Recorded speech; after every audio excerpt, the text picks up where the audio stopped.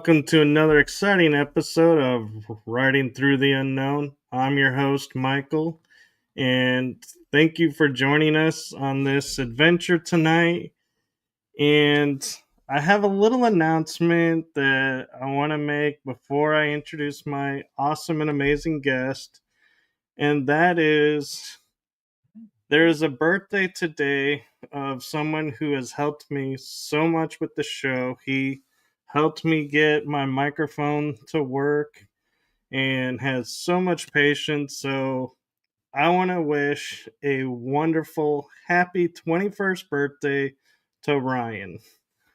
And with that being said, I am now going to turn it over to my amazing guest who, if I was to try and read her bio, that would probably take up the entire show in itself. So I am going to hand it over to her to give a little bit about her background. So, with that being said, I give you the one, the only, amazing, super talented, amazing speaker, Geraldine Orozco. Wow, thank you so much for that warm welcome. It's such a joy to be here, Michael. Thank you. Yeah, so a little bit about me. I'm an epigenetic psychotherapist and a lifelong contactee. I've had contact since I was a child. I didn't know it was contact until I had a very conscious and very physical contact experience in 2013. And this completely changed my life. It activated my psychic abilities. And from there, I began to see the world, myself, the internal realms in a completely different way. And in 2017, I had several hypnotic regressions that allowed me to download information about the origins of the human race in terms of our genetic origins, and how we ourselves are a hybridized race. At that point, I sold my business. I went back to school actually to learn how to, what, hypnotherapy was all about, because I could not believe how I was able to access that information that I've never read before, never researched before. And it was something that, we've been studying and researching since the beginning of time. So it was amazing to link those two together. And I began to learn about, our DNA, our holographic DNA, which is basically a database, a holographic database of memory, which we can all tap into. And that's essentially what I did. So, from there, I began to open support groups, international experiencer support groups, and deep dive into the research of epigenetic psychotherapy and how contact essentially passes down generations. So that's where I first started my work. That's amazing. And one thing I will admit, and I have no shame in admitting this, is you mentioned your work as being an epigenetic psychotherapist. I have no idea what an epigenetic means. So, could you explain that for everyone? Yeah, absolutely. Epigenetics is basically the study of how our everyday life habits are affecting our DNA, essentially. Not like the structure of your body or the form or the shape of your biology, but essentially epigenetically, which is kind of like the layer over your DNA that turns genes on and off, depending on the environment that you're providing internally for your body. So whatever you're eating, whatever you're thinking, feeling, your emotions, everything that you're experiencing in the waking and dream state are all affecting your epigenetic markers. So if you create an environment for illness in your body, let's say a life full of stress, toxic food, toxic environment, a lot of suffering and pain, you have the perfect environment for illnesses and other kinds of psychological limitations. The DNA also begins to kind of shrink and wrap up rather than express itself in its full expression. So epigenetic psychotherapy is basically looking at the connection between our psychology and our DNA. Are we providing an environment psychologically for our biology to be expressed in its highest potential? And the connection between that, which I bring, is essentially the connection of the soul, your highest expression, with this psychology and your physical biology. So I talk a lot about spiritual biology and essentially how our spiritual aspect is actually the largest part of our life, and the biggest influence on our health is how we maintain spiritual connection.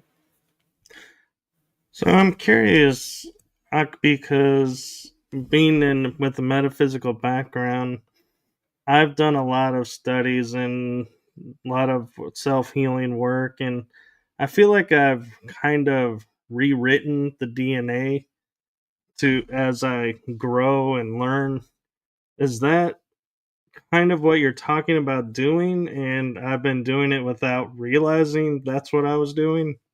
Yeah, 100%. We can absolutely change, what we are expressing. So, psychologically, our memories, our emotions, our programming, and our belief systems, those are things that we hold inside of every cell of our body. And again, they will dictate the kind of genes that we're turning on and off. So, traumas that we've encountered as a child, especially from the womb until the age of 7, these are the formative years that really kind of create a foundation for our programming and belief systems. And that's not just in your everyday psychological interactions. This is spiritual as well. Why? Because these programs are inherited generations. We are literally, when we wake up, when we were born, on this planet, we kind of fall back asleep into a hypnosis. We kind of forget who we really are, and we take on all the inherited programs. We end up going in cyclical patterns, just simply repeating what we've been repeating for generations. So the kind of shadow work that you're doing in regards to deprogramming and kind of rewriting, your core programming is essentially this shadow work. We are deprogramming all of these inherited belief systems, the construct of the matrix, at a genetic level, so that we can then rewrite and allow the core, the really pure essence, the soul expression to kind of move through our physical vessel. And that actually helps us create longevity. We learn how to self heal ourselves from illnesses.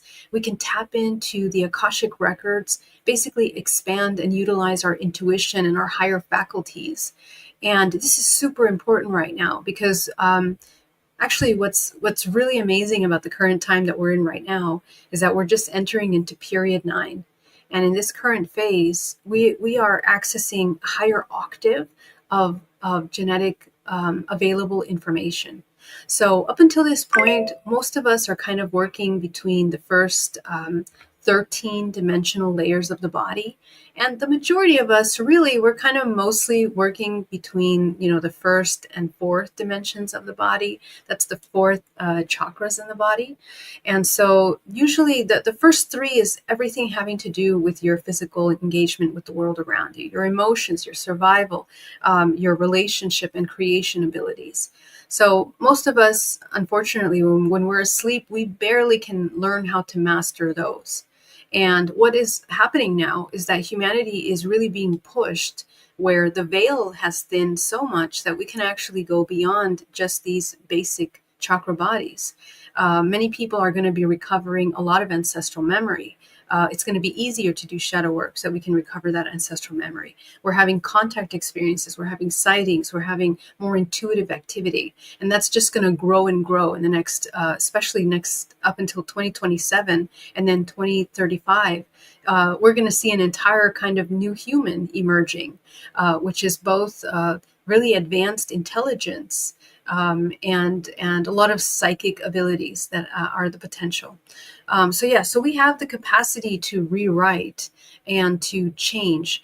DNA literally, it's scientifically proven that DNA can actually be formed into syntax, like meaning. It can be like a language, and in fact, our language emerges from DNA. So if we can learn how to use the sounds of our words with intention, we can actually change how we work with our physical body, its energy. We can direct certain emotional states in the body that changes the geometrical structure of how we're holding this crystalline body. The body is very much a solidified form of frequency, and that memory is encoded in the DNA. So we can actively change the construct of our frequency in the body by sound waves, intention, and energy frequency. I'm kind of curious when you talk about the DNA being like a syntax language. That sounds like something like computers run on syntax languaging in a form of. So does that mean like we could download our DNA into like a clone body and therefore only what the DNA knows will be in the clone, and that's why some people say like we can't make perfect copies of ourselves because it doesn't we can't copy everything? Or is that I'm jumping at a leap and trying to make a connection that's too far out there and not really there? No, clones are very much a thing that actually, the government itself, the shadow government, does have certain cloning programs that they have been experimenting since the 50s. And the beauty of DNA is that DNA functions in one of the beautiful laws of the universe, which is that everything is formulated in fractal form.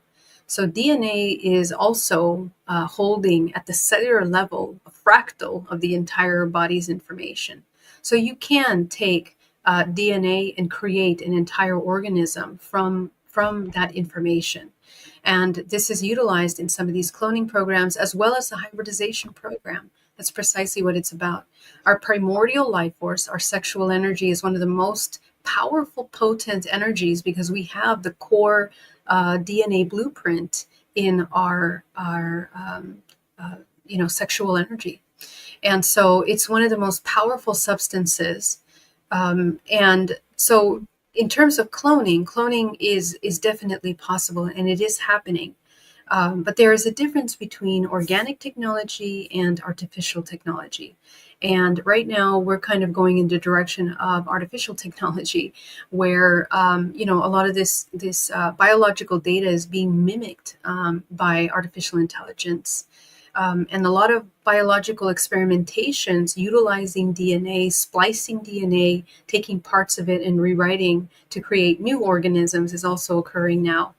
But something that science is going to catch up to understand probably soon enough is that DNA is kind of it's an entire language model that is it's a very unified system. So when you remove something, you really don't understand the consequences of the editing of that until much later, because it requires the whole system in its entirety to function in harmony.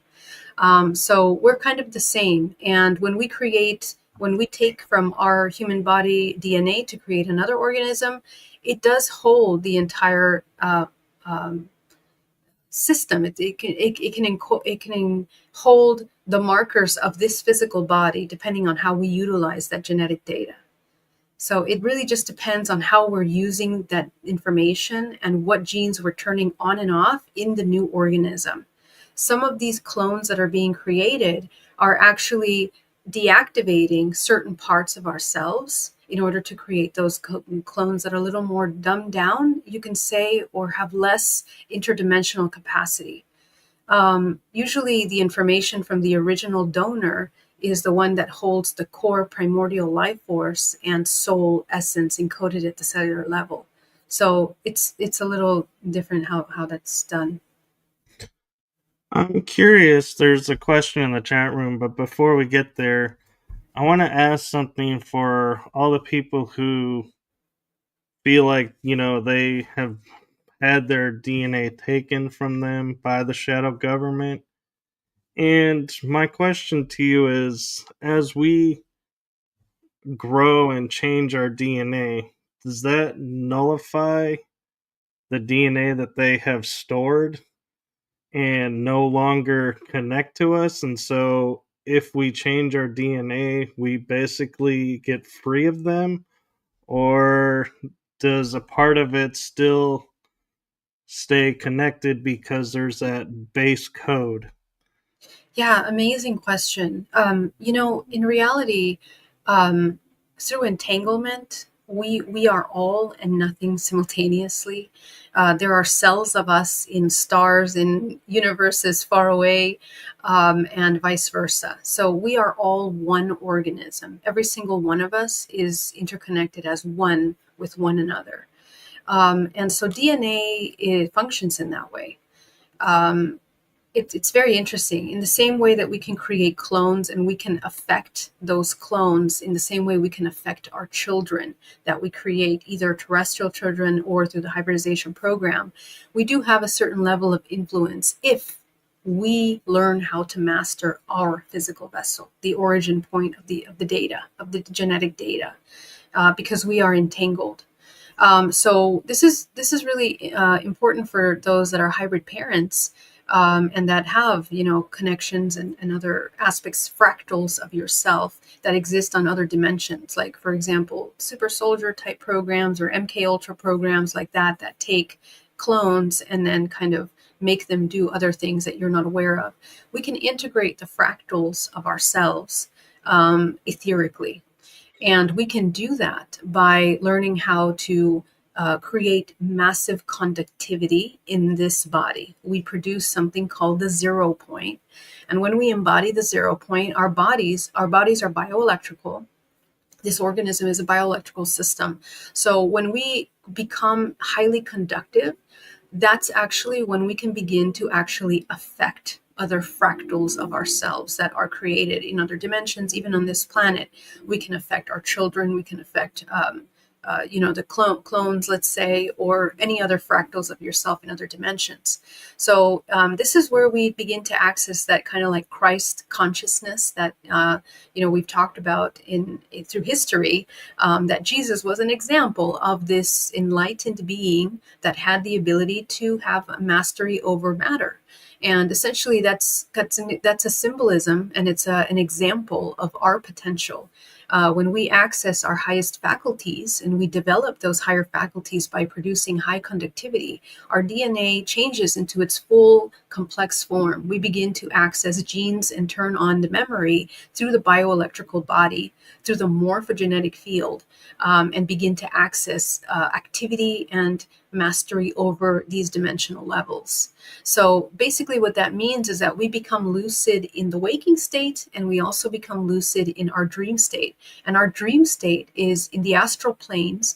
That is when we have access to a lot of this activity that happens.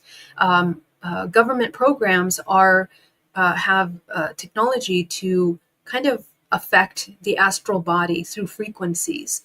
And they can manipulate and kind of work with our psychology through sound waves, music, even the food that we're eating, for a very long time is kind of designed to kind of slow down and kind of, unfortunately, deconstruct the potential of our DNA. In a kind of silent eugenics program that's been happening since the origin of time. And that's something that we have to be very aware of, that when the human that is a vibrational frequency breaks away from that hypnosis and that kind of dormant state of disconnect to the natural order, we can actually come into really powerful potential and no longer be parasitized by some of these more parasitic groups.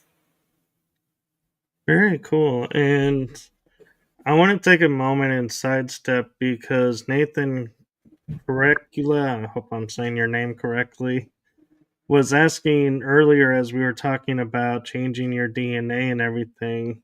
He was asking, where does this information come from? How interesting. And then there was a second part he brought up saying, I was in the military for 14 years, still can't sleep more than 4 hours a night. I wake every day at 3:30. Also have an implant in my toe from my time in the military. Yeah, super interesting. Well, Nathan, I would love to invite you to my support group where I go really deep into these topics. But definitely, um, military families have a very interesting genetic history, and we might think that it's kind of random that we have a lot of military in our family, but it's really not based on my research. And so, all this information that I'm sharing with you is research that I've done, for many years, and also some of these things have been researched heavily in other people have done a lot of research on this as well. I tried to combine a lot of medical research papers that have been put out with this etheric understanding of our multidimensional body. So the military families have a lot of really interesting traits going down their family lineage. As a psychotherapist, I've spent the last kind of 15 years interviewing families of contactees and people that have had, military abductions and MK Ultra type of experiences. And what I've discovered is that actually this activity goes down the family bloodline. And usually, if father has it, grandpa has it, and then so on and so on, down the family lineage. And the DNA apparently seems to hold. The target point is essentially family bloodlines that are descendants from main key bloodlines in history. Okay, so we all have kind of like a main origin, Mesopotamia, supposedly, because based on my research, we have many origins further, much. The human race has existed on this planet much longer than we understand. So, based on our current understanding of history, the origin of Mesopotamia, which is the most easily known, we have certain very unique bloodlines from which this Christic consciousness model was kind of branching off. And so, a lot of these ancient knowledge and understanding about energy healing, sacred sexuality, things like this, sacred sexual energy, what I mean, has been really suppressed through history. And a lot of the families that were born into some of these schools of understanding and education were kind of gently through inbreeding and also specifically chosen into certain family bloodlines, especially royal family bloodlines. The information started to kind of weed out of the mainstream. And it was suppressed. And so, what I find is that a lot of these military families are descendants from some of these bloodlines, and they are utilized because in their DNA, the same way that we inherit trauma. So, scientifically shown, we inherit 40 generations of trauma in our DNA that can be accessed, and we are literally playing and repeating that trauma out. We also are repeating etheric activity. So, for example, if we have a lot of psychics in our bloodline, that is also going to be passed down through the generations. People that have a lot of psychic ability have activated DNA, which means it's higher bioelectricity. This is a very valuable DNA. And this is the DNA that's kind of targeted by these governmental groups because they can use it as a portal to access many kind of dimensional layers through the human. So the human is utilized and parasitized on psychically, etherically in the dream state. And altars are created, as you know, in order to carry out certain programs, things like that. But many of us fall into these kinds of etheric programs because we're very asleep. We're very disconnected from ourselves. So we think dreams are just abstract experiences. We don't realize how much, when we start coming into right natural order, those dreams start to really become very important information about the activity that we're doing in our dream state. So, yeah, I'll leave it there. It's interesting how you point out the military connection because my father was in the Navy and my great uncles were all in different branches on both sides, I believe.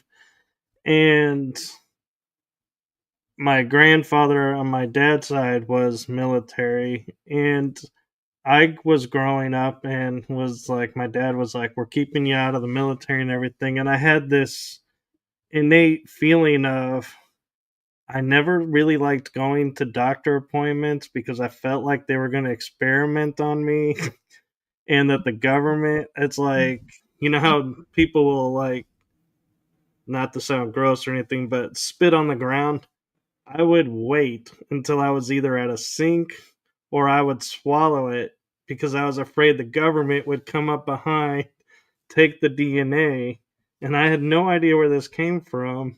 And Mm. then talk to somebody, and they were like, "Oh yeah, it sounds like you were in MK Ultra." And I was like, "My parents wanted me out of the military, Wow, and still interesting. was in the military." Yep, 100%. Yeah, I mean, and this is not an uncommon thing. I have these in my support groups all the time, and people do basically have PTSD of unknown origin, of very strange kind of things like that. We're afraid of our DNA, we're afraid of our information or biology getting out because we have had some of that trauma, and that is something that does happen. So, yeah, it's amazing. So we have another question from the chat room. Kids Like Hell. She's asking, she's heard people are more susceptible to mind control from the whose parents were mind controlled. And I think what she's referring to is like the military connection, because the military has mind controlled you into creating you as this soldier and then released you. That's transferred down to the children, and so maybe that's why the children are picked, is because they have that are they more susceptible, or is that like a fluke and it just looks that way and everyone's actually equal in this?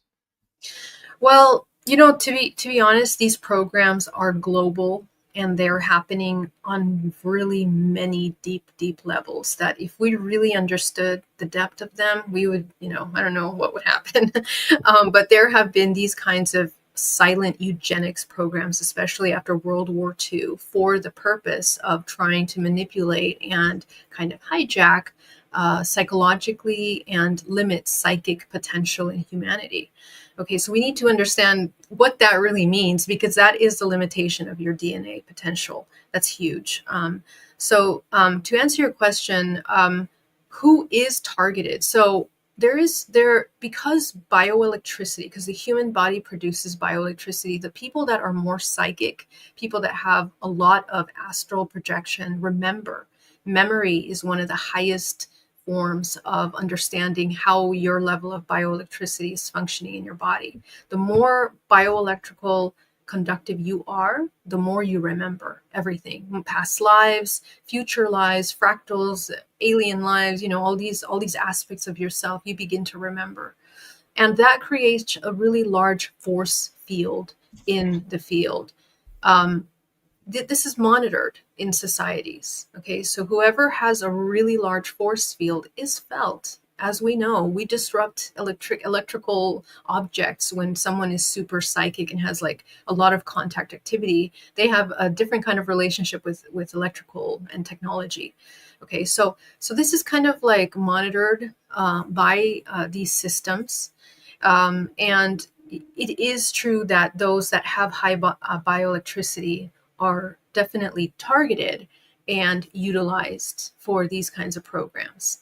It really is up to us to understand how to utilize our energy in order to cloak ourselves and to use this etheric technology to protect and alchemize that kind of targeting. And we 100% can. So it is true that certain military families are more targeted, or psychic families especially, because their bioelectrical field is huge.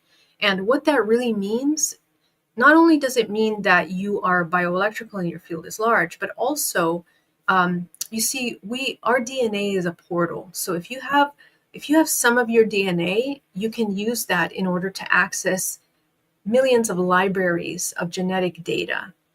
So we are star seeds, and a lot of us have in our DNA, we can have Lyran, Arcturian, Pleiadian, Reptilian, Draconian bloodlines that we've been hybridized from.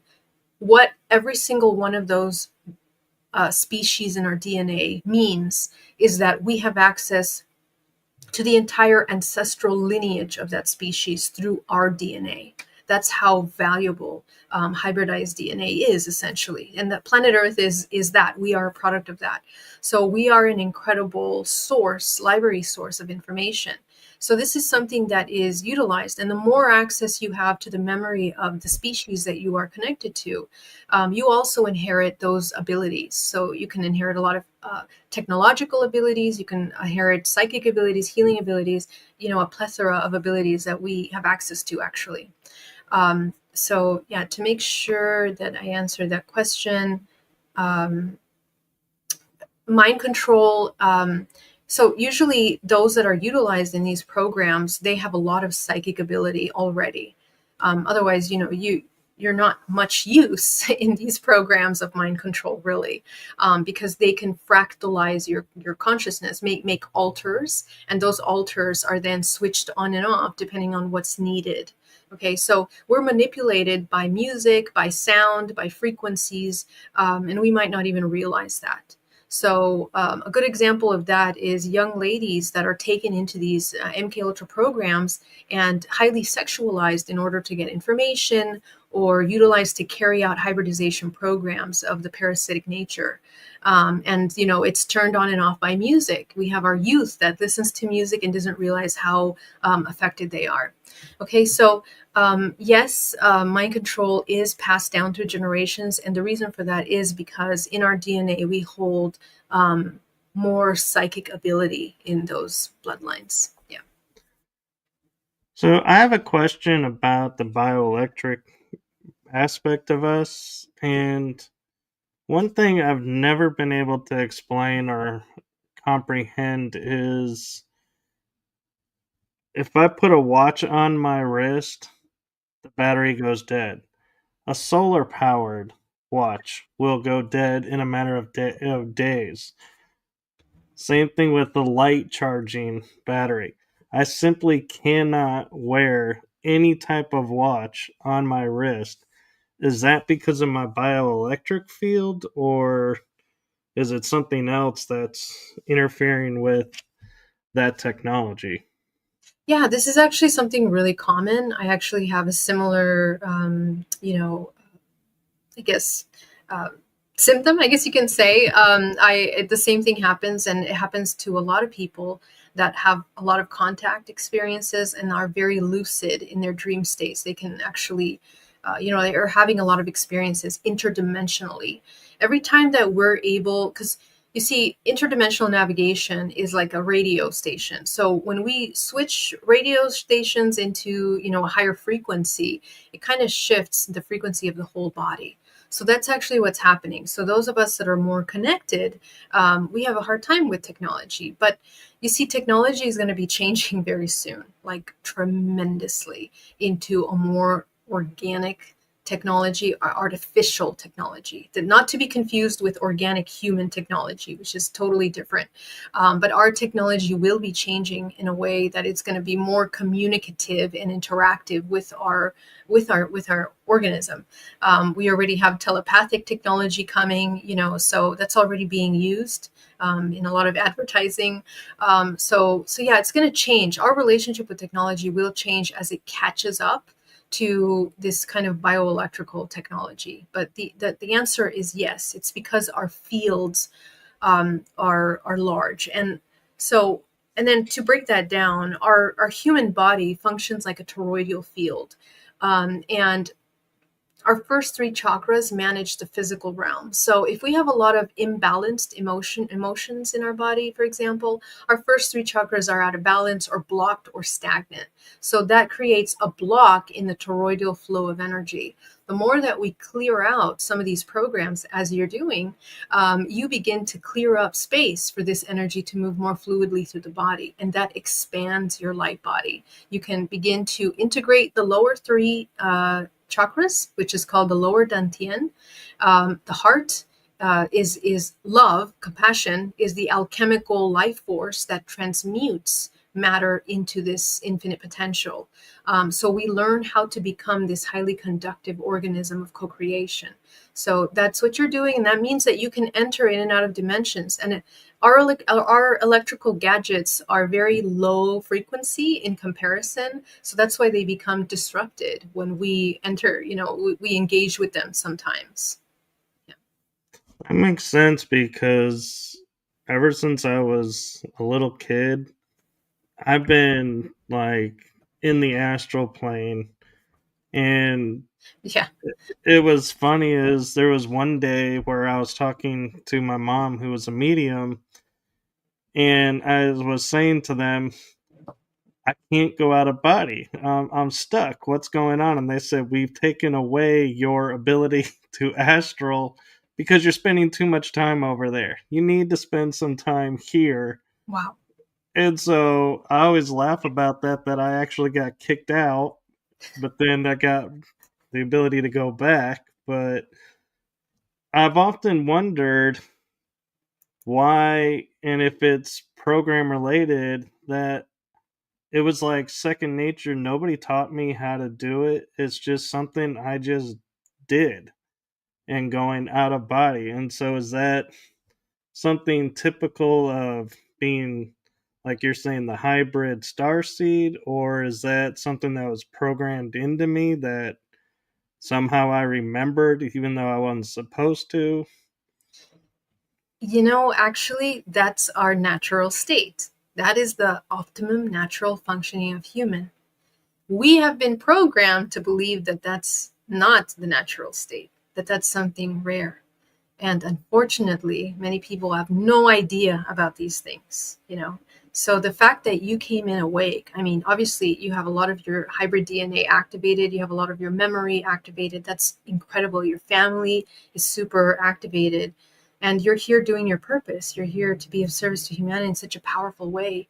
So, the kind of infinite potential and source that you anchor onto this planet is really meaningful. And this is our natural state, and it's when we can tap into abundance, healing. um, you know uh, we can tap into telepathy, which should be a natural tool that we all have. Remote viewing should be something we all do naturally. So we're kind of remembering, and you're kind of holding space for us to catch up, basically. you know and so the invitation is really that we start to recover the memory of who we are, and the first step is essentially to do the shadow work through the emotional body. Our emotions are like bioelectrical charges of creation. So if we're constantly in states of fear, sadness, and anger, you're really just using really slow moving frequencies for your creation. So nothing can really move from there. So as you start clearing that up, the human becomes super co creative.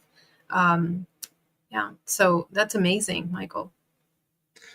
Well, and another thing that I've noticed, well, and thank you for that, is I have always been able to surprise doctors by having a fast healing ability. I'm sure. Even when I broke my leg, he was like, within a month, it was fused back, but he was like, let's take it easy and let's make sure, before we start physical therapy, let's make sure this is holding. But I've noticed lately when I'm home in my environment, my ability to heal remains constant at the fast speed. But when I'm on the road, and if I get like a scratch where I tear the skin, I notice it doesn't heal as fast Mm. and takes longer. And is that because I'm out of my environment, or is it because the body is being exhausted by being on the road and it's slowing down everything? Yeah, I think it's two things, right? So how we heal is two ways: psychological and etheric. So we got to take a look at both sides. Psychologically, if there's any kind of program or belief system that says when I'm not in my environment, that's probably really safe, and you probably put a lot of energy in your home, healing energy, and you have good environment around you. Maybe there's a subconscious program that when we move out of our environment, then we're not as powerful. So that might be an invitation to really check in with our self doubt, or any kind of little tiny seeds of doubt that we might have on any level of your self trust, your self healing capacities, and your potential. That would be where I would go first. Secondly, is etheric. So it could be that where we're going, there's too much interference energetically. Okay. And really, when we're really real masters of our healing, nothing should get in the way of your self-healing potential. But it's hard, because we have to be really in our state. We have to be in that 0 point to be able to tap into these abilities. So yeah, it's just a matter of cultivating and growing our field. So next time you experience that, I would invite that you really expand your field, open your heart, your throat, your third eye, work with your crown, and then anchor your life force in your body, and then see if that will change the capacity of how fast you're healing. Because if you already have that ability, it's innately encoded in you. It's just the mind that gets in the way. That's usually the mind is what gets in the way. That makes sense because, as I was mentioning, always going into the ethereal or the astral easily is I figured out how to create a world. And I also created a space that's like a sanctuary space where it's a place where I go and regenerate before returning to my body because I learned I can be hurt in the astral plane and I bring it back with me. And so it's like instead of explaining to everyone why my arm is hurting when I didn't all I was doing was sleeping, I go and I regenerate. And so it's interesting how you're talking about on the etheric level. And again, I naturally just figured it out. Exactly. I mean, Michael, obviously you have a lot of that memory restored already. This is exactly what I teach in my experiencer groups, especially for people that are recovering from PTSD, from contact experiences that are traumatizing.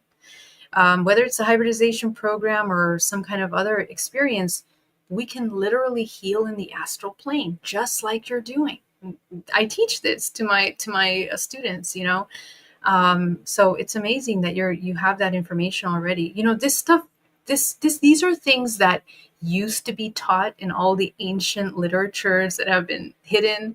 But this is knowledge that is known, and I'm so glad that you trust yourself.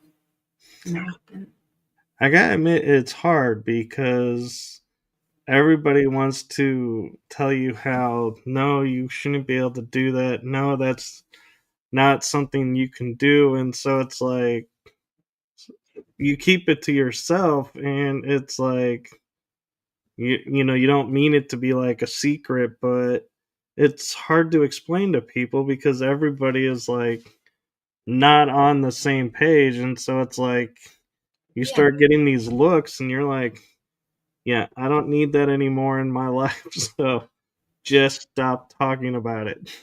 you got to trust yourself.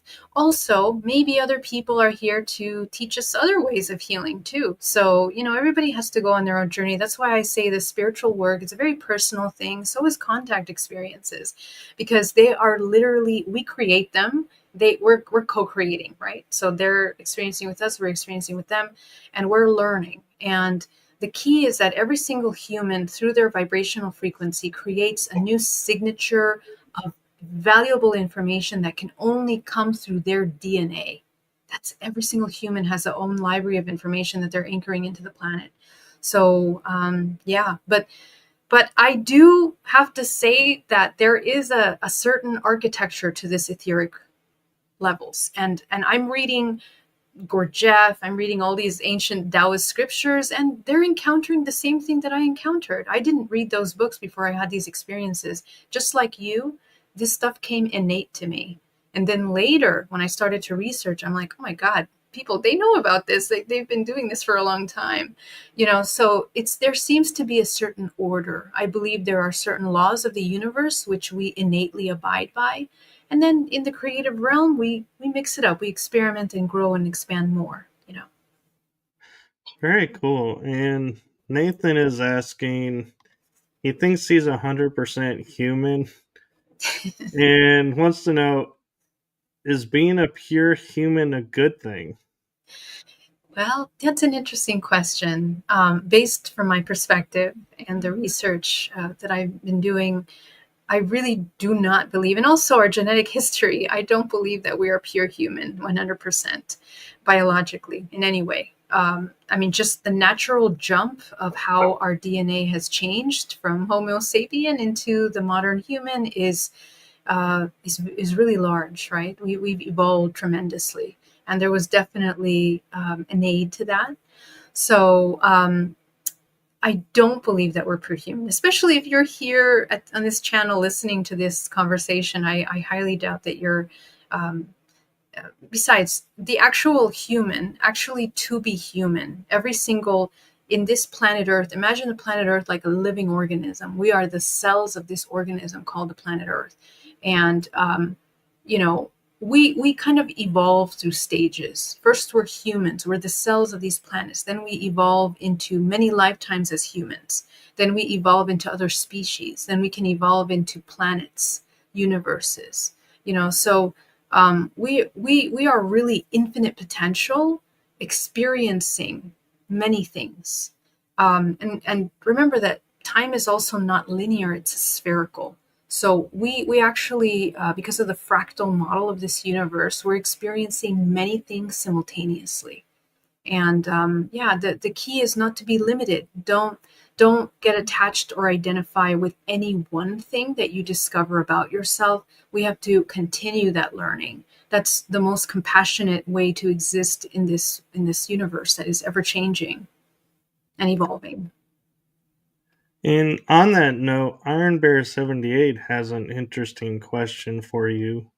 Would problem solving be considered an ability? I'm good at figuring stuff out when I have no knowledge about it.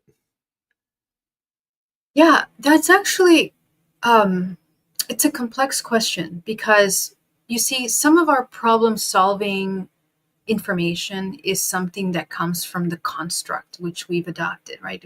Perhaps we've been indoctrinated by our understanding of science and physics, and we do need to understand, and what will happen in the next 3 years especially is that all the old sciences, all the old belief structures are going to crumble, and we're going to come into a completely new way of existing and coexisting in this world. So if our problem solving ideas and concepts are coming from a limited old structure, we're going to be kind of limited in the expansiveness of that problem solving ability. However, if you're tapping into knowledge that you think you don't have it, you're actually channeling information, you're downloading some of that information from the field, your potential is infinite. So the invitation is experiment trying to download that information, and exercise that, because that's your intuitive faculty.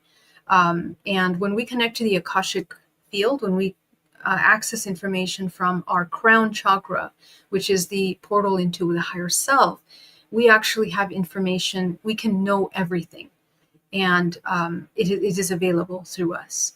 So, yeah, interesting question. And yes, it's an ability, but you see, as I'm saying, it depends which way you look at it. I often thought about it as accessing past life memories and Yeah, going and saying, maybe I had a past life as a scientist, so I therefore can recall this information about this, even though I've never studied it right now in this current life. And so it's interesting, all the different ways that we can access information if we just ironically get out of our heads and just do it. exactly. 100%. You said it. Yeah. And I'm also curious, and I'm wanting to make sure I get this right.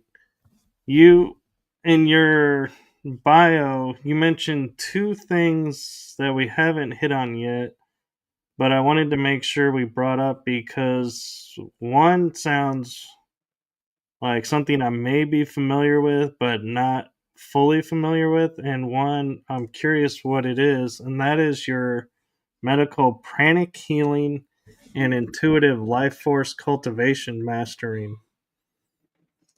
Yeah. So during so when I first started going through when I had my experience in 2013, I went into a retreat for about 4 months. I My partner passed away, and that kind of really pushed me into kind of going into these questions, these big picture questions, right?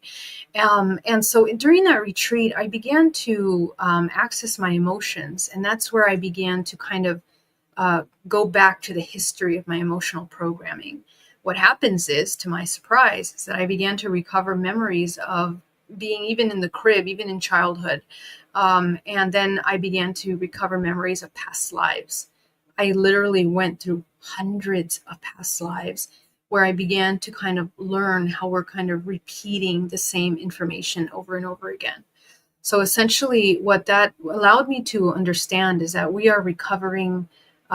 We have access to these memories, and we can activate and heal the body by reintegrating the fractals of ourselves that are created by those traumas. And after that, in 2013, right, during at the end, basically at the end of those 4 months, is when I had my contact experience. And a bright light entered the room, and I was taken out of my room into a craft. And this craft, many things happened. My aunt was there, and she actually recalls having that experience separately. Um, I was taken to the planet Maya and the Pleiades, and I was shown that I was Pleiadian several lifetimes, simultaneous lifetimes. I was introduced to hybrid children, and then I was shown the matrix and the physics and the structure of our biological systems, how we interact in the matrix. And as a result of that experience, I activated psychic abilities that were so powerful that I couldn't leave my house for like 4 months after that. I could hear the conversations of my neighbors 3 houses down, what they were saying. So the sensitivity was so. Did you have that too? Yep. Oh gosh, that's incredible. Yeah. So, it was, I couldn't, what I could see was basically the whole multidimensional body. I would see people like these huge, giant bodies of light. I could feel what they're feeling, think what they're thinking. Everything just was completely transparent to me. And what I did with that in these 4 months that I couldn't leave my house is study my body. And I began to research what my energy systems are doing. What happens when I start to feel an emotion? What happens when I move the energy in certain ways? Basically, I understood how to really understand our organism. And this turned into an ability that when I would connect with people to understand what are their ailments, both physically, psychologically, etherically, and to begin to help them with that. First, starting at the emotional level, because most of our illnesses have a somatic root, and that somatic root is emotional, and it's like psychological and etheric. So I kind of turned this into a modality that I call DNA reprogramming. And I work with people to deprogram those limiting core belief systems to access greater health. Basically, in simple terms, it's opening the energy field to allowing source to move in a very fluid toroidal manner, accessing the bioelectricity of the body. So that's I went back to school to learn medical qigong and medical pranic healing because it was the closest and most complete body of study that had been done on the energy body. And I found myself even correcting some things that I was learning there, and it was a very resourceful thing to learn. So I just used it to support what I had been knowing because I always need to question what I know and kind of research the scientific evidence of that, how it actually functions. So yeah, that's how I got started in that. I'm curious because I had a teacher who showed me, like, when you look at the word disease, it's dis-ease. It's Yes. just you're out of comfort and you're out of whack. And so you're not ill, you're just not in alignment. So you need to get back in alignment. And I always notice, like, the 24-hour bug, I would have it for like 2 to 4 hours and be done with it. Yes. And so I'm wondering if that's because she showed me that and it allowed me to reprogram it to where I don't, like, I can be sneezing and I will still say I'm not sick. Even though I have symptoms of it, I will say I'm not sick. And, it takes me a little bit, but I will recover faster, I think, than most people probably would. Is that Was that part of that reprogramming where my mind looks at it in a different way and so the body reacts to it differently? 100%. 100%. And I'm exactly just like you. And so what's interesting, because illness it's a belief. And you said it right. Anytime that we come out of harmony, the body becomes sick. So if you have certain intuitive feelings about something and something external is triggering you and you're not able to integrate those emotions, that disconnect creates a disassociation with the body, and essentially we can go into big cycles of illness. And there's other parts to illness. Illness are messengers. They tell us where we need to pay attention. Illness can also be ancestral. So we can inherit very profound belief systems. For example, if down our bloodline we have many generations, let's say sexual abuse, and the women in the bloodline have so much sexual abuse that they have contracted their creative ability. They don't feel safe to create anymore. So what happens is the next generation start to have severe illnesses in the womb, for example. For they can no longer have children, or they have severe, sexual problems. So this is also true. Illness is not just that, it's not a one and done kind of thing. It's a constant maintenance of coming into harmonic order. Some of us have those lessons much deeper than others. Some of us have to heal generations of ancestral belief systems that we have not integrated. So, but ultimately, when the human learns how to come into harmonic order, they can either really heal themselves completely. We have stories like Dr. Joe Dispenza. I think Anita Morjani is another incredible story of how she recovered from cancer, stage 4 cancer, within weeks. I am dealing with these kinds of stories all the time, because once the human comes into that harmonic order and they decide, I no longer need this illness to teach me this lesson or to remind me of something, the body can actually heal. And it's up to you, but it's based on your belief system. If at the core you have a doubt, or you don't believe, or you don't believe in trust in yourself, that illness might not be finished yet. So it's a learning lesson. I always tell myself I don't need to be sick. When we have certain illnesses like colds or flus, every single part of the body is the body self-organizes psychological and emotional information. It compartmentalizes information. So every single part of your body is holding different frequencies of thought forms that form into specific illnesses, and we can map those out. In Chinese medicine, this is really beautifully studied, how every single part of the body through the meridian lines is holding certain emotional memory. And so, sometimes, what is it called? Acupuncture can be really great for opening those energy centers, and the person can heal better. But to really heal, it's in the mind. It's a mindset. It's a belief system, as you said. So I got three questions that kind of are in sync.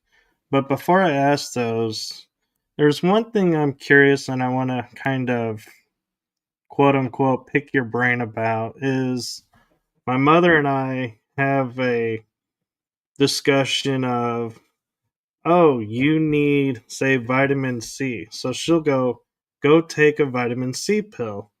I go, I don't need the pill. I can just pull in the essence of vitamin C, infuse it into the body, done. And she's like, I think having the pill, you don't have to take it, you stick it in your pocket, is a more of an anchor. Are both of those correct, or is one more effective than the other? The thing is that in this day and age, we live in a time where we have a lot of different kinds of targeting against our health in really deep ways. So our minds, for the most part, have become very weak. We don't believe that we have that potential. If you have that potential, then you can do it. But you also have to sustain other systems in natural harmony. So what we eat, what we think, what we feel, the activities that we're doing, our human bodies have a certain structure of optimum function. And so we have to maintain these natural orders. We have to, have movement in the body, energetically, physically. And I think science is helping us understand how we actually work better nowadays. We're learning so much more about our biology than ever before. But our food, the way that it's made, the way that it's cropped, so many chemicals, so much GMO, so much you know chemicals that are put just in our plants and in our fruits, and we take all of that into our body. So we kind of have to work 20 times harder, unfortunately, unless we completely eat everything organic and healthy. um, and this is what the human is truly kind of battling against at this time. So try to eat as organic as possible. Try to come into emotional harmony as much as possible. Go out in nature, exercise in order to really stimulate. Exercise is not just about the physical body, it's about the biochemistry of the body, because we're not only bioelectrical but biochemical. And essentially that chemistry in the body, when we don't know how to trigger the proper chemistry, we can go into inflammation and a plethora of immune targeting illnesses, right? So that's through the emotional body.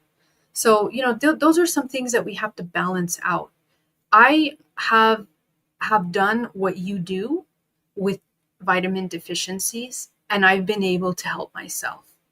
And then there are other times when, let's say, life is really hard and I haven't been able to tap into that ability. So, in order to tap into that ability, we really have to stay in a very specific state. Your mind, your heart have to be integrated in order to be able to do that. So, for the general public, you need to support yourself. I listen very carefully to what my body needs. If it needs to eat more oranges or it craves oranges, then I know that the body needs some kind of vitamin from that fruit and that vegetable. So, we've just become so disconnected from our bodies and our true needs. And we're driven by parasites. We're driven by psychological parasites, emotional parasites in the biome that make us addicted to sugars because our emotions are imbalanced. So we can never really know what's really going on. We're confused, we're disconnected. So, there's a certain level of kind of coming back to this harmonic order that we need to work through. So I do think that it's possible, just like you, and I've done it myself. But in order to really do that, we have to be in a certain mindset. Otherwise, you need to support yourself intuitively, even with pharmaceuticals, if you need to, until you start to come into harmonic order emotionally, psychologically, and regain that trust in your healing potential. But this is self-healing abilities are something that we must learn in the next 3-4 years, because what's coming is a major transformation of the pharmaceutical industry, which will become frequency based, genetic based, and it's going to change the game completely. So we really need to be on top of our health. I will say that. So is that referring kind of to what they're calling the med beds? Is the genetic and holographic frequencies? Medbeds, I don't know who came up with medbeds concept originally. I don't recall right now who did that, but medbeds is the concept of a technology that heals the body completely, right, from the inside out, like a holographic technology. Um, I do think that that is something that will be potentially available to us. And it is available to us in different ways now. But what I'm talking about is genetic splicing and editing of our illnesses in order to change the genetic order, whether that's with pharmaceuticals, or that's some kind of incorporated technology into the body. This is going to be huge right now. Genetic engineering of our physical body is going to be huge. Every single genetic engineer cure is going to be coming out right now. The problem with this, it sounds amazing, but the problem is it's too early because we don't understand how complex and complete the genetic structure functions. When you take a certain part out, it affects the entire whole. And that's something that unfortunately we're going to see the side effects of these experimentations, because right now they're experimentations, in the long run. What I see in the future is that humanity is in a split right now. One direction, we're going to go in the direction of transhumanism. The other direction we're going into is that of organic technology.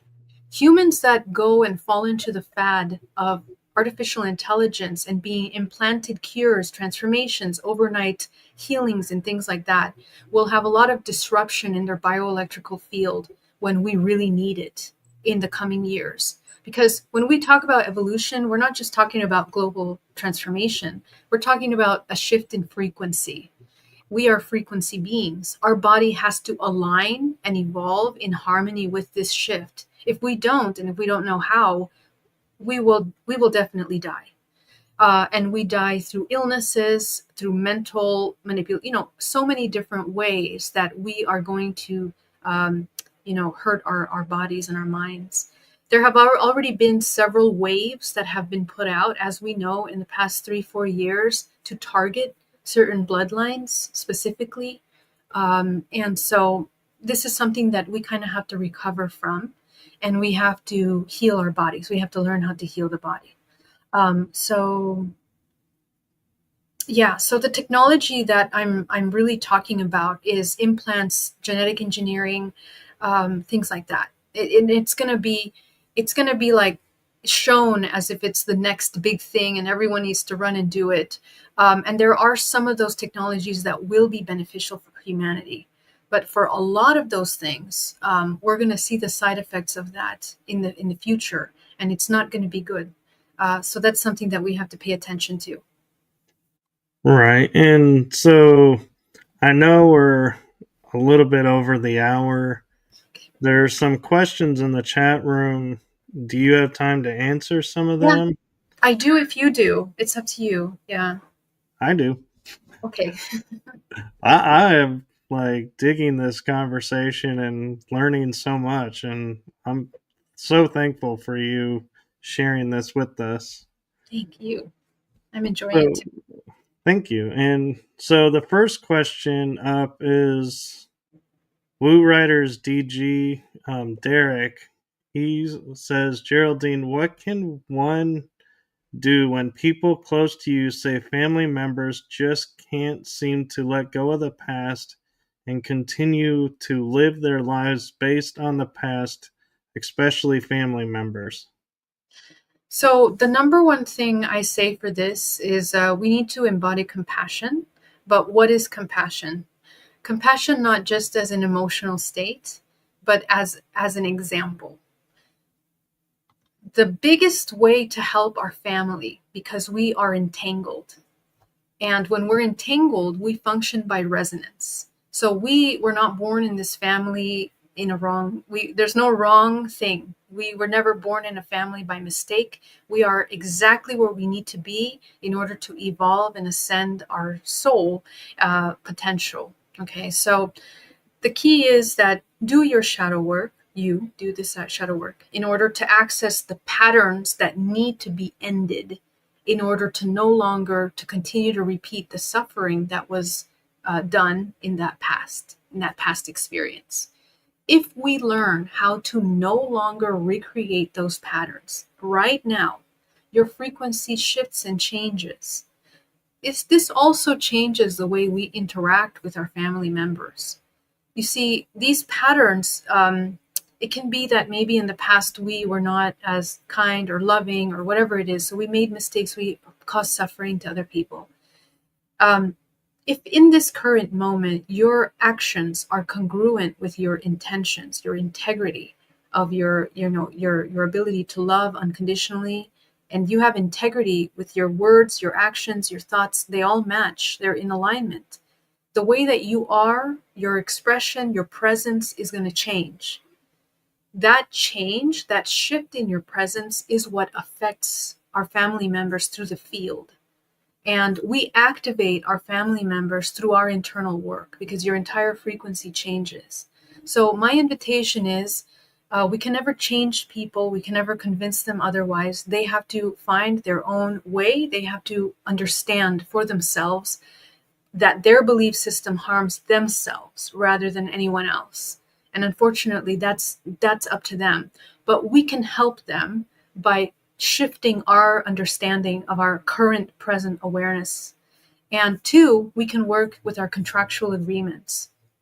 So I want you to see your crown chakra in meditation. Shine your light in meditation on your family members. Take a look at the contract. Ask to be shown your agreement.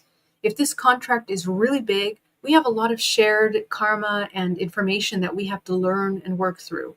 So we can dissolve these agreements completely, and they allow us to kind of open space. It's also important to cut cords daily. This will help reset the old energy, help them freshen up the energy that's being thrown back and forth so that they can have an opportunity to shift their perception. So those are just a couple tools that I'll share for now. Thank you for that. And the next question comes from two people.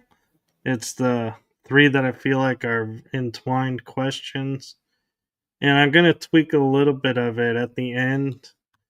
The first question comes from Quitzly Hell, and she says, does this mean children can cure their own cancer? And then Iron Bear goes on to say, what about inherited diseases like Parkinson's, which he has, because they say it's neurological, but could it be a lot to do with his chakras being out of work or out of whack?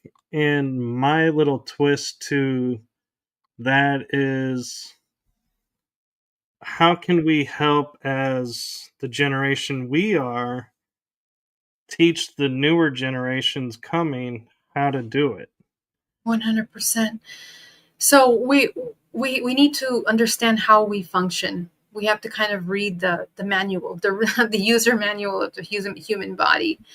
Now, the thing is that this shadow government and these systems know you better than you know yourself. And that's the sad part, right? We're so distracted by social media, by consumerism, by survivalism, that we are so disconnected from ourselves, from nature.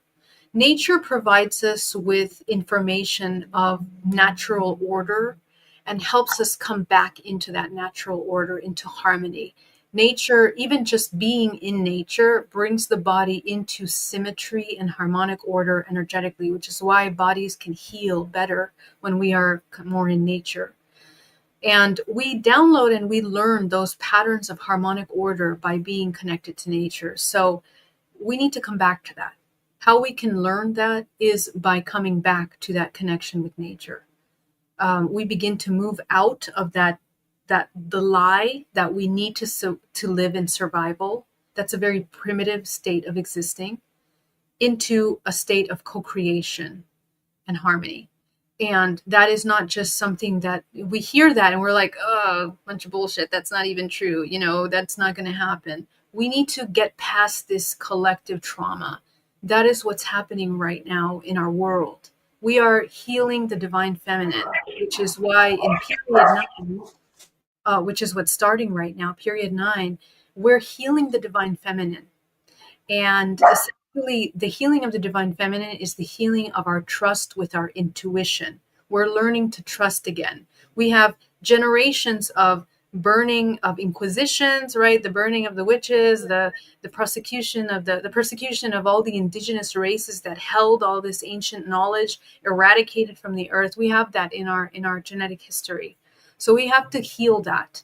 And all of these illnesses that are descending down our bloodline in our children are a manifestation of the lack of the healing for many generations. So, for example, cancer in our children, our beautiful little babies that are born with this cancer, we have been holding and suppressing certain kind of autoimmune diseases for many generations.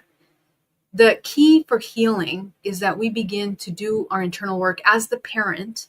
We have to heal those programs in ourselves to help the child heal, because we are one energetic unit when we're parents. Okay. So as we start to heal that kind of programming, we hold space for the child, and the child can tap in through the field information to help them heal, regenerate, and let go of that cancer illness. Now, it doesn't mean that it can be necessarily eradicated and cured overnight. Sometimes we need to understand that every soul comes here with their own life choice experience. So the child, it did come in with the decision to experience this illness. And we have to also understand that. That requires a little bit of spiritual maturity in order to understand that the child is also have to choose whether it's going to heal or live in that illness. There's lessons for that. There's ancestral healing for that is occurring. Okay, so sorry, there's so much more I want to say, but I know we don't have that much time, but definitely reach out to me if you want support on that. I can kind of lend you some more information. And I do talk a lot about this on my YouTube channel, so you can check that out. So with the other question about Parkinson's, for example, yeah, so it is neurological, right? So again, patterns of when there has been severe, like, psychological mental doubt for many generations begins to affect the nervous system. If we have not been able to hold our energetic system properly for many generations, that's what we're learning how to recover. So every illness has a somatic root. If we can learn to deprogram the belief system of that root, we can heal the body.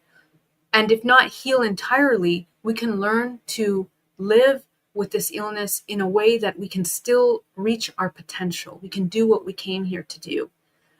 Live joyfully, in harmony, in peace, which is the most important. Okay. So yeah, I'll stop right there. So, in other words, we learn to defy the odds. Exactly. We can definitely do it. We just have to trust ourselves, and we have to not believe this matrix that keeps telling us that we don't have the ability to heal ourselves. Right. And so the next question, it kind of reminded me of a question too that I had. And Derek is asking, what does Geraldine think of so-called junk DNA? And my question that I was thinking about with the extra strands of DNA, because I don't think of them as junk, is so we have a double helix in the 3D realm. If we ascend to the fourth, fifth, sixth, do those certain number of strands start to activate? Yes. Yes, the answer is yes. Our DNA is holographic. Our DNA, every single strand of DNA is connected to multiple dimensions. And basically, our current DNA right now, being the 12 standard DNA, is managing the 13 main bodies in the physical body. 12 and 13. It's we actually have 13, but we see it as 12. Because 13 is the beginning of the next, and that's how the energy kind of intertwines. Okay, so in this universe, information, infinite potential is self-organized within these 13 main categories. And this is also ranges of frequency. It's also ranges of species that are the main root races that have seeded all of life here on this planet. So essentially, we're kind of our DNA. 2% of it writes the complexities of this physical body. Okay, all the protein writing systems that does this incredible complexity. The rest is what biologists want to call junk DNA. Now that's changing a little bit with the new research on the morphogenetic field. The morphogenetic field is essentially the instruction manual that brings into form this physical body. It tells the DNA, you're going to write the finger up until here, and then you're going to stop. So this structure, this architecture of the human body, which is encoded in the memory of the morphogenetic field, it's a bioelectrical system. We literally, a good reference for this is Michael Levin, that talks about the bioelectricity of the morphogenetic field, in that the bioelectricity is actually responsible for holding memory. It holds the memory of the form of this physical body. But now we're understanding that it also holds other memory. Within the morphogenetic field, which is what's called the junk DNA, is holding the functions of the etheric body. So our physical body is much larger than just the physical. And that's something that we really need to understand. Each layer, each strand of DNA that's connected to a dimension is connected to the layers of this etheric body within the morphogenetic field. Every gene that's turned on and off is essentially part of the formula that creates this physical body. We can activate DNA by recovering memory. It's bioelectrical. So the more memory we recover, we actually recover more memory, the more conductive we become. So the more bioelectrical conductive we become, our body functions like a toroidal field and it spins. The more we can move freely in a centripetal manner in which the energy implodes inwardly. This is where we enter the 0 point and we can enter into those dimensional layers. That is how you activate DNA. Okay, so when you are centripetal and your energy is depleted, you basically are a parasite to yourself because you are seeking externally to be filled, fulfilled, to survive. It's an entire structure of energy that is depletion, consumerism. We weaken this ability. You basically have very limited range and your DNA is not activated. It's actually going into the system of destruction, right? This is where illnesses exist in the body. So we can actually activate our DNA.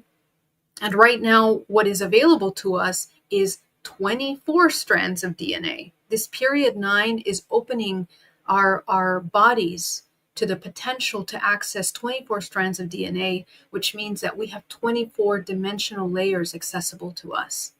And that is why more people are going to become more psychic, more UFO activity. And UFO activity will definitely be part of this whole disclosure movement is going to be a catalyst for transformation in our sciences, education system in the world. So we can kind of wait to see that. But yeah, I'll leave it there. So I'm curious, as we're talking about the morphogenetic, where you can find damaged DNA and fix it. I can't help but think about the movie Tron Evolution. I don't know if you saw that. Tron, yeah, Tron, the new one, right? Right. Yeah, I love that film. Yes, Where she has her arm severed off and he's going through the code and then finds the red code right. and simply pulls it out and the body goes, okay, and he goes, give her a little bit, and then you watch as the arm just rematerializes and Yeah. returns.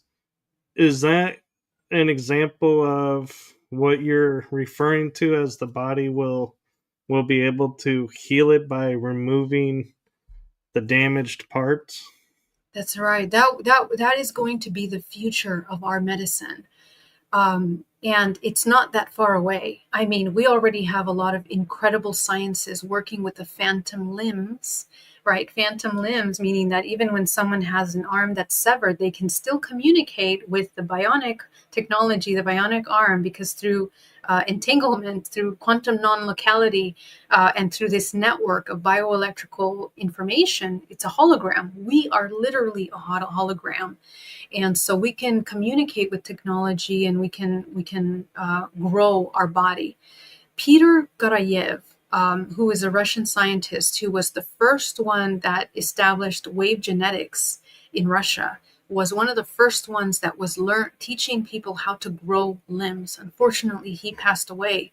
But he had an entire clinic where people were learning how to regenerate limbs in their body through the frequency of speaking specific frequency waves that is rewriting the syntax of DNA in order to rewrite the physical body. So, he was way before his time. Now, Michael Levin, with his research on the morphogenetic field, little organisms are learning how to recreate their limbs by being triggering points of the morphogenetic field that then instruct the organism to build its body back again. So these are all sciences that we are learning. The future is energy, it's bioelectricity, but we need to learn what that means, and we can be in full control of that eventually. Right. Now, we have three questions in the chat room, and I feel like I might be able to get them into two questions. But one is, I think we can answer kind of quickly, is oops, I hit the wrong button and it just disappeared. Is Kids Like Hell was asking, um, well, I can't find it, but she was asking. She says, "I don't like the idea of someone being able to control my DNA. Here it is. Not sure I like the idea of having tech change my DNA. Who's in control of this?" Ooh, that is a long, that would have to be a long answer. But, to make it short, because DNA is so valuable, because DNA is basically the blueprint of all creation, there is kind of a silent eugenics program that goes beyond. It really was solidified and established after World War II, which was focused on targeting certain bloodlines and the information that those bloodlines carry, and then dumbing down the DNA in order for humanity to slow down their progression.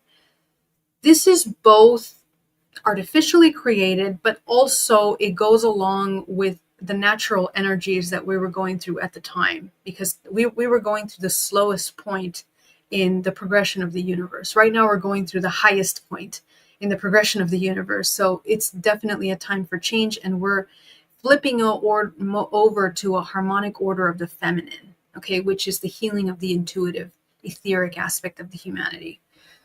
But who is behind this are unfortunately the same people since the origin of time that have been focused on manipulating this information, on destroying ancient texts, on removing all this information about our sacred biology, sacred sexual energy. All of these informations are necessary for humanity to come into its power. So, in that same way, these systems have kind of trickled down into this umbrella system. All these companies and organizations in the world are owned by maybe 147 companies, right? And they all have the same goal in mind. They genetically modify food, our education to fit certain narratives. It also is in control of the frequency, the kind of music that we listen to, how we listen to music, the patterns of frequency that are put in television, mind control systems, social engineering. All of that is part of this kind of silent eugenics program to deconstruct our organic DNA. So we need to kind of wake up consciousness and understand that. We have 100% the power, and there are many more of us humans that are not participant in these shadow manipulations than there are those groups. So just simply take back your power, come back into sovereignty, come back into your physical body. Take ownership of where your mind, your thoughts, your emotions, and especially your fears. If you have no control over your fears, everything can be controlling you. So that's the super important thing that we need to understand. But since the beginning of the building of artificial brain, the computational brain system of artificial DNA, artificial technology, they have also collected our DNA through companies like 23andMe, Heritage, and things like that, with the illusion that we're trying to find our origins. What they have actually been doing is creating a massive database of your DNA. And we didn't understand the power of our DNA back then, so we just paid to give away our information. And that has become a massive library that was then sold to many corporations in the biotech and many other systems. That technology is what we're going to be seeing now. And we're seeing it incorporated in our cell phones that we're using, as well as many other technologies that are going to start coming out pharmaceutically, as I mentioned. So, It's interesting, but systems that want to continue making money, that are oriented towards greed and money and control, they know how to hijack us from the inside out. And these are things that we have to really become aware of and break free from. So I'll answer it like that. And I'll just piggyback by when you say, the number of people who are out of the programs, that I know of people who are in MK Ultra and in the secret space programs that are becoming aware and breaking free of the programming, so to speak, Yeah. and are turning on the corporations that own them and the races that have been manipulating them. So even the people in the programs are now waking up and turning the table as well. So we truly do outnumber them. We do. We do. It's wonderful. It's wonderful. So please don't come into fear anymore. We have to move away from the fear mongering and manipulation of these things. The purpose of this information is to empower you to understand that you have 100% control over your creation and you have free will. That is the key of the human embodiment, is that we understand how to access free will, basically. Right. And this last question, I saved it. It came earlier, but I saved it for now because I think it's a really important question that's on a lot of mainstream and the mass, conscious mass, I forget how you call it. But Kids Like Hell, she's asking, do you know anything about the resets? Oh yeah. Well, we're definitely at the beginning of that. As I mentioned, we're entering into period 9. And what that means is that this new era that we're entering into. So here's what I see. The transformation timeline that I'm seeing is from now until 2027. Okay, the next 2 years are going to be major transformation. We can expect to see a lot of UFO sightings that will be used in order to intimidate people. But we need to understand there's a lot of new technology that is going to be put out, that is Earth technology. It's reverse engineered, which I don't really think is reverse engineered. I think we've had the technology since the beginning. It's just been hidden away. This technology is going to be coming out. We need to learn how to differentiate the difference between government UFOs and etheric technology. It's completely different. Okay.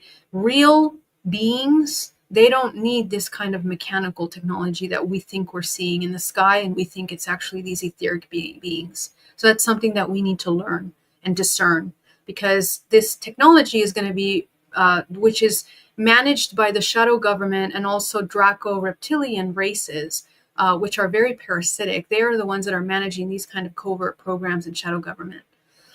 So essentially, that is going to be a catalyst for education systems. Universities are going to start falling apart because nobody's going to be paying $250,000 for an education that's based on lies. Because as we begin to uncover the true history, we won't be able to continue that lie anymore. There's going to be a lot of micro wars, especially in America, internally, about what needs to be taught in school, how we need to get our food, where we need to get that from, where do we get clean food from. So the invitation is that we begin to understand we need to connect to organic food as much as possible. Try to be as self-sufficient in as best as you can in your own home, in your own environment. Even schooling of your children will have to change. The economic system also going to change. Many jobs are going to be taken by these technologies. By 2035, you can expect to see an entire revamp of the economic system and the workforce, the way it looks. Many people will not have jobs. And this is something that I would invite you to look at as important for the turn of humanity. We no longer are going to be a race of survival and slavery. we need to come into our true creative potential, our gifts, in order to anchor the real wealth into this planet Earth, which is all of these regenerative systems that we have innately within us. And so the exchange model is going to change in the world, and that's something that we have to prepare for. We have to educate ourselves. We do need to learn how technology works because that's the future, but we need to do that in order to merge with it in a harmonic way. If we are in right order with nature, what I see is a powerful future that we use technology in order to aid healing. All that genetic data can be used for good, can be used for the destruction of the pharmaceutical industry as we know it, into technologies that can regenerate humanity out of illnesses. Illnesses, for the most part, are a man-made thing. Okay, so that's a really tough thing to see, but a lot of illnesses are man-made. So we need to remove away from those things. And then again, in our governments, that's also going to change into a more harmonic order. So we are going to go through a reset. We need to build resilience internal. We need to learn how to cultivate the 0 point. Do not get polarized by anything, which is which is happening right now, is to create polarization so people become confused. The most important thing is to not fall into that, because that will guide you in making wrong choices. And essentially, in the long term, people that will fall into the transhumanist agenda will be the ones that are mostly afraid and trying to survive, rather than the ones that trust in themselves and in that connection to the divine. So that's what I can share about that. Very cool. And the last question I have for Yeah. you, and I thank you for your time, is as you talk about being going through this transformation and this wave and how we have all these different aspects coming at us, what is one or two things that we can watch out for to trigger in our minds to say, wait a minute, I'm falling into the fear pattern or I'm falling into the misinformation pattern? Let's take a moment, reassess, get out of this, and be able to ride the wave in a more harmonic and more serene kind of calmness.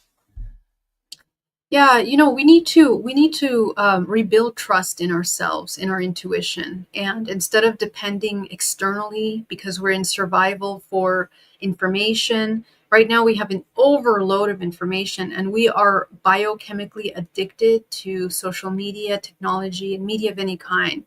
We need to kind of disconnect and come back inside. That's the number one thing. When we come back inside, you'll find that you have a lot of work to rebuild trust in yourself and your intuition. And that is the foundation. And secondly, once you're there, you're going to be uncovering all kinds of emotions that you've been suppressing for a long time. Do not ignore the emotions that you're trying to suppress. Don't suppress, don't ignore, don't run away from those difficult emotions, because that's actually how we are really manipulated. So the ability to kind of work with that information is the key to your freedom and your free will. Okay, so the 0 point, basically what that means, it's the observation in a state of non-judgment. It's a neutral state of observation. To cultivate that requires some practice. Meditation practices like Vipassana, energy techniques. I teach something called GPAC, grounding, protecting, aligning, co-creating. So really complex energy systems we can simplify in little tips and practices that you can do throughout your day to maintain in the present moment. Bring yourself back to the present. Every time you come back to the present, you will find security, safety, and peace. And that's the key. You have to just keep coming back to that over and over and over again. And so, going along those lines, I've heard people, and I know I said that was the last question, but you just triggered something in my head Yeah. that I want to make sure I ask because I hear it a lot is people are saying when you make they're calling it the ascension to the fourth, fifth density or dimension body. And as we were talking about, that new DNA activates. Will that prevent us from falling into the traps of the fears and doubt of things? Or is that an illusion and we still need to be vigilant because we are still susceptible even though we're on another level? So basically, what makes you susceptible to anything parasitic, even yourself as a parasite, is fear. Fear, mistrust. These are the foundations. Shame. Those are the foundations of parasitism. So if you are holding that in your body, because those are your core subconscious belief systems, that's what you're going to experience in your waking state and in your dream state. Our subconscious beliefs are so powerful. They dictate the direction of our life. They dictate the next moment, the people you meet, the places you go to. There is nothing random in your life experience. So the more we begin to take responsibility for what we are creating, this is how we navigate in a way that's more harmonious. You have to choose that. Now, what I see is that we're multidimensional. We are moving through many dimensions at once. We are all evolving. Evolution is not a choice. That's a natural order of existing on the planet Earth. So what we need to do is come into harmony with that evolution.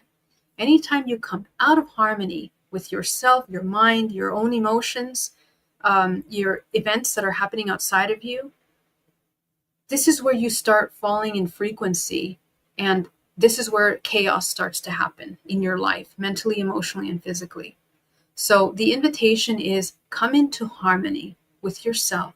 Be congruent with your actions, with your thoughts, with your beliefs. If you're always congruent with that and you're congruent with your core values and morals, your ethical laws, if those ethical laws become more in harmony with natural order, universal laws of resonance, of co-creation, we literally can never experience anything out of harmony. And we not only enter into 5D, I believe, I see, and I know that we enter into many dimensions. And every night when we're sleeping, we access many dimensions simultaneously. So I think that what we need to cultivate is the resilience and a human vessel that has the capacity to sustain the ebb and flow of life, change in a way that is harmonious. And that's something that we have to build resilience towards. So, work on your fears, face your fears head on, alchemize that fear as you go, every moment of your day, and you will experience health, vitality, and especially access into the intuitive fields of information.